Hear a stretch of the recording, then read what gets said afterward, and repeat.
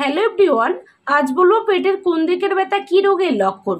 এই ধরুন পেটের ডান দিক বাঁ দিক মাঝখানে এই ব্যথা কী রোগের লক্ষণ হতে পারে, সম্পূর্ণটা জানতে পারবেন। তবে অনুরোধ করব ভিডিওটা সম্পূর্ণ দেখার জন্য। তো চলুন এবার জেনে নেওয়া যাক।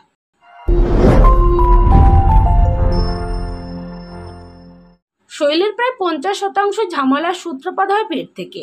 সামান্য উপসর্গ থেকেও বড় অসুখ ধরা পড়ে, তাই অল্প সমস্যাতেও আমাদের চিকিৎসকের কাছে যাওয়া উচিত। তবে এও ঠিক, ছোট ছোট অসুখগুলো কিন্তু পৃথিবীর বুক থেকে নির্মূল হয়ে যায়নি, তাই অল্প সমস্যাতেই দুশ্চিন্তা করবেন না।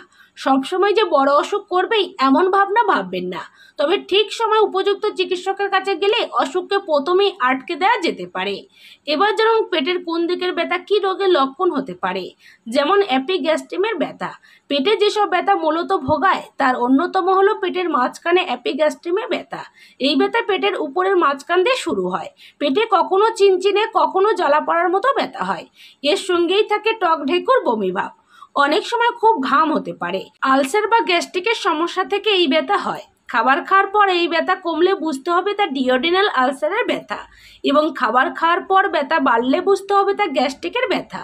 এছাড়া গলব্লাডারে পাথর, তেল মশলার খাবার খেলেই পেট যেন কামড়ে ধরে, কিছুক্ষণ বাদে ছেড়ে যায়। এই ব্যথায় পেটের উপরের অংশে ডান দিকে কনকনে ব্যথা থাকে।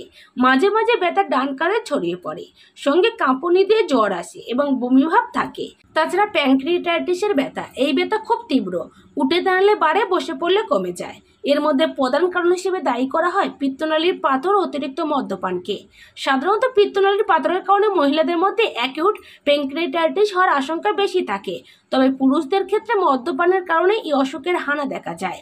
এছাড়াও দেহে লিপিড বা ক্যালসিয়ামের মাত্রা বেড়ে গেলে প্যানক্রিয়াটাইটিস হয়। পেটের উপরিভাগ থেকে শুরু হয়ে এই যন্ত্রণা ক্রমশ গোটা পেট সহ পিঠের শিরদাঁড়ায় ছড়িয়ে পড়ে। অনেক ক্ষেত্রে আবার তীব্র ব্যথার সঙ্গে বমিও হয়ে থাকে। তাছাড়া কিডনিতে স্টোন, এই ব্যথা পেটের উপরের অংশে শুরু হয় এবং ক্রমে তলপেটের দিকে নামে। এই ব্যথা খুবই তীব্র হয় আর মাঝে মাঝে ব্যথা ছাড়ে, আবার শুরু হয়। তার সঙ্গে বমিভাব আর জ্বর আসতে পারে।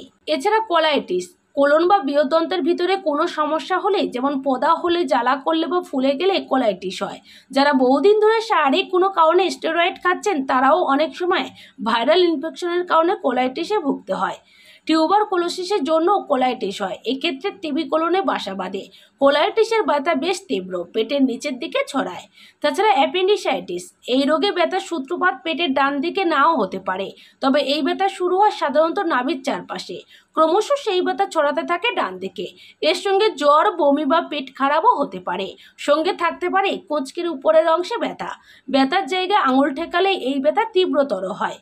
বুক ও পেটের এই ব্যথা বেদনার উপর নির্ভর করে ও অন্যান্য উপসর্গ দেখে চিকিৎসকেরা রোগীর চিকিৎসা করেন। তাই অসুখ করলে ওষুধের দোকান থেকে প্রচলিত ওষুধ না কিনে চিকিৎসকের কাছে যাওয়া অবশ্যই বাঞ্ছনীয়।